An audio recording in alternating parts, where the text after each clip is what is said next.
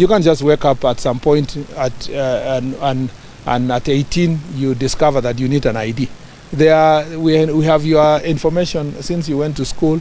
We have your information when you go for services. We have the information of your family. We have your family tree across the board. So you can't just come back and say, I want to be a citizen. We will see who is your father, who is your mother, who is your sister, who is your uncle. So technology will have helped us to achieve this thing. Number two, I want to dissuade all Kenyans that think about this as about Northeastern and our border with Somalia. All our minds think that this policy was applying in one corner of the country. Far from it. It's not true.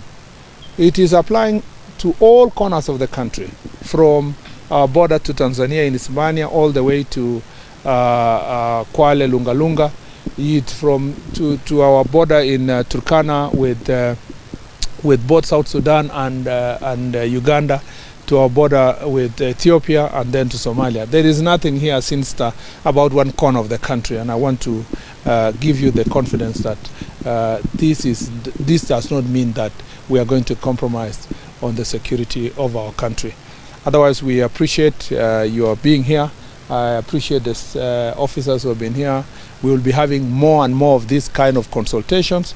We will be having also very more structured communication that involves all the officers that are performing their functions in different parts.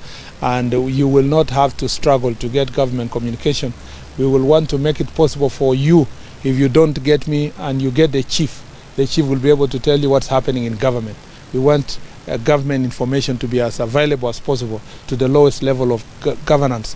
And as you know, we are strengthening the administration bill, and we want to bring on board all the structure of administration up to the village level.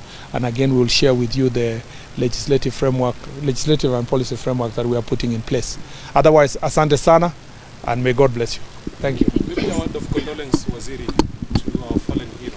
And kindly, and then allow former chair to say also. The former chair may say something about his successor, but I wanted to say that as I said earlier, we are deeply saddened by the passing away of Mr. Wafula Chebukati, who over the years, because of heavily critical, agitated